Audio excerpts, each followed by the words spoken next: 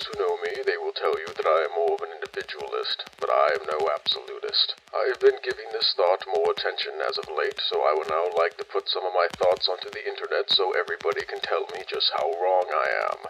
So, given that, here I would like to rationalize my thoughts on the individual and collectivist balance we all take. Starting out, one must define as terms. According to DuckDuckGo, individualism is defined as belief in the primary importance of the individual and in the virtues of self-reliance and personal independence. And collectivism is the principles or system of ownership and control of the means of production and distribution by the people collectively, usually under the supervision of a government. Alright, those definitions should work. Or I suppose you can put it in simpler terms, the individual is a singular person and the collective is a group. Now, this question has been debated to an increasingly high degree over the past 100 or so years. With a solution still not being fully met, I will now scream into the wind and hopefully reach someone who has still not decided on a side to choose. The question at hand is more or less, should the collective be valued more than the individual or vice versa? That is the question, and it will determine the quality of life for both the individual and the collective who live within the society. Now, individualism is mostly of Western thought, going back to early Christianity, with Jesus saying that you are saved based on how you live your life and not the tribe you belong to. It says that you are responsible for your actions, that you are the creator of your own future. It is a good philosophy to live by. There isn't always going to be someone to pull you out of danger, whether it be your own making or some unfortunate circumstance. We must think of ourselves as individuals so we do not fall into the trap of conforming to the greater crowd. We have all seen people who blindly follow the crowd. I do not know if these people do it just because it is easier or what, but we can see time and time again that they get screwed over in the end. All of that is not to say that you need to be an individual absolutist. There are many reasons why going down that path is just as foolish.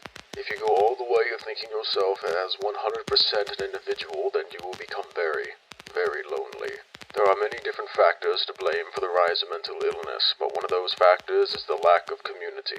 Humanity is meant to work together in a community, and if you refuse to do so simply because you do not want to, you will likely fall into a big sad.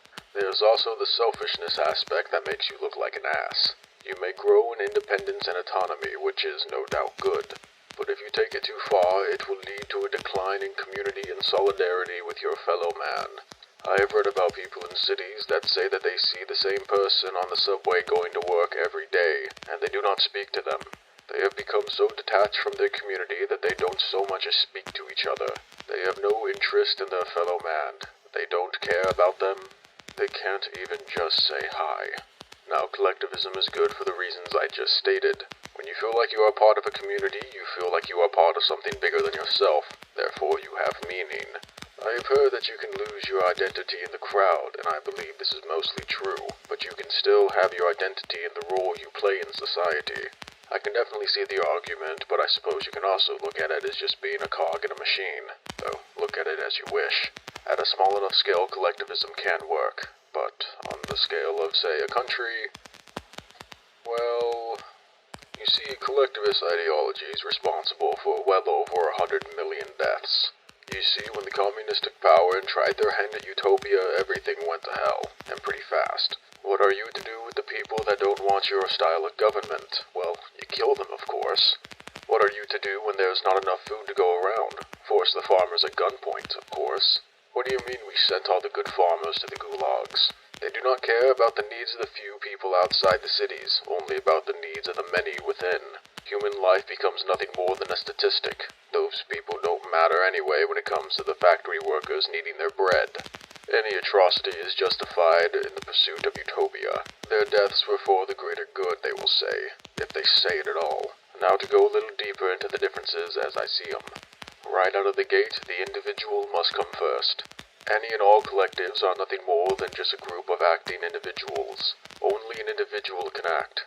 Now that individual within the group can fall into the trap of mob mentality, though the individual must make the conscious decision to take part in it or not. The collective can only come into being with the thoughts and actions of individuals, and if the thoughts and actions of those individuals are to change, then the collective is no more.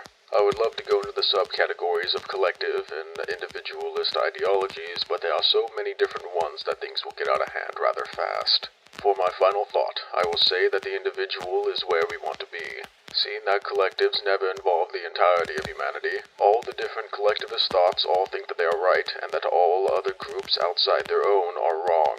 However, the individual thought says that all have their own thoughts, their own actions, their own life. If people are left to their own devices, they will act on their best interest. But we still need a community to work with each other and hopefully respect each other's rights as well. We must be individuals with a loyalty to our communities. Now take care.